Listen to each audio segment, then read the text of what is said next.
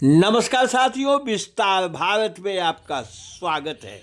बिहार के अरवल में तहलका मचाने के बाद प्रदेश के पंचायती राज एवं अल्पसंख्यक कल्याण मंत्री ओम प्रकाश राजभर कल बनारस में थे। कल बनारस में उनका दिन बहुत ही व्यस्त दिन था। बिहार में ओम प्रकाश राजभर का ताबड़तोड़ दौरा करना कुछ दर्शाता है। उनकी मंशा क्या है, उनका मकसद क्या है, यह हम आपसे चर्चा करेंगे। इस वीडियो में आपको विस्तार से वह राज बताएंगे कि ओम प्रकाश राजभर की नज़र बिहार पे इतनी ज़्यादा क्यों लगी हुई है। इसके पहले हम आपको कल ओम प्रकाश राजभर ने वाराणसी में क्या किया, यह आपसे चर्चा करना चाहते हैं। जैसे ही बनारस के लोगों को पता चला कि ओम प्रकाश राजभर बनारस में हैं, सर्किट हाउस में उनकी पार्टी के उनको चाहने वालों की भारी भीड़ हो गई। सुबह पब्लिक को उन्होंने निपटाया। इसके बाद काशी हिंदू विश्वविद्यालय के इंदौर स्टेडियम में आयोजित एक नेशनल चैंपियनशिप प्रतियोगिता का समापन था। इस समापन समारोह में ओम प्रकाश राजभर मुख्य अतिथि थे।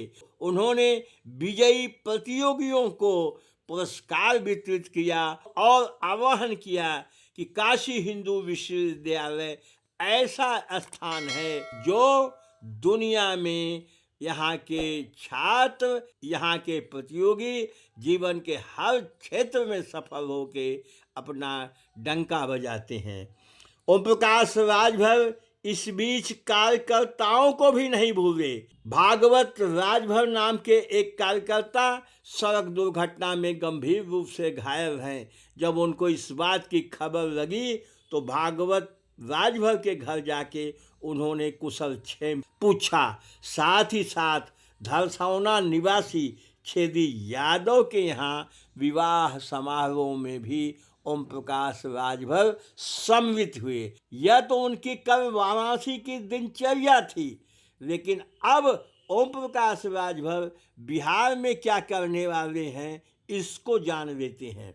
बिहार में उन्होंने जिस तरह से यह रैलियां सफल रैलियां की हैं और उन्होंने वहां पे पत्रकारों से जो अलग से बातचीत करते हुए कहा है, शॉर्ट में उनकी बातें सुन लीजिए, उससे आपको संकेत मिलेगा। फिर आगे बात करते हैं।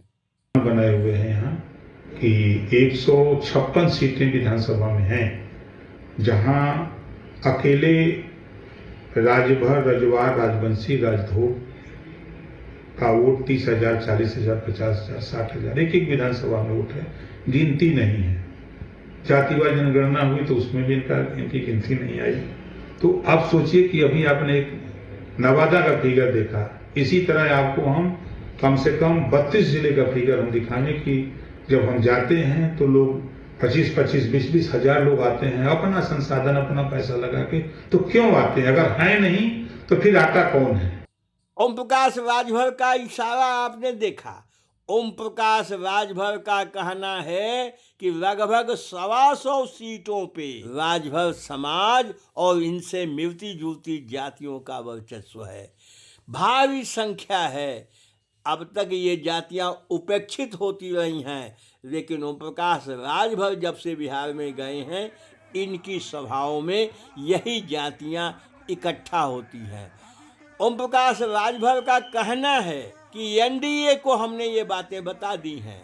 भारतीय जनता पार्टी के शीर्ष नेतृत्व को यह बातें उन्होंने बता दी हैं कि आगामी 2025 में बिहार में होने वाले चुनाव में कम से कम 25 सीटें सुहलदेव भारतीय समाज पार्टी को चाहिए। सुहलदेव भारतीय समाज पार्टी 25 सीटों पे अपने प्रत्याशी उतारना चाहती है एनडीए के साथ मिलके। अगर एनडीए ने उनकी बात नहीं मानी तो लगभग 125 विधानसभाओं में सुहलदेव भारतीय समाज पार्टी अपने कार्यकर्ता खड़ा करेगी। और अगर ऐसी स्थिति होती है तो बहुत विकट स्थिति एनडीए के सामने बिहार में उत्पन्न हो जाएगी।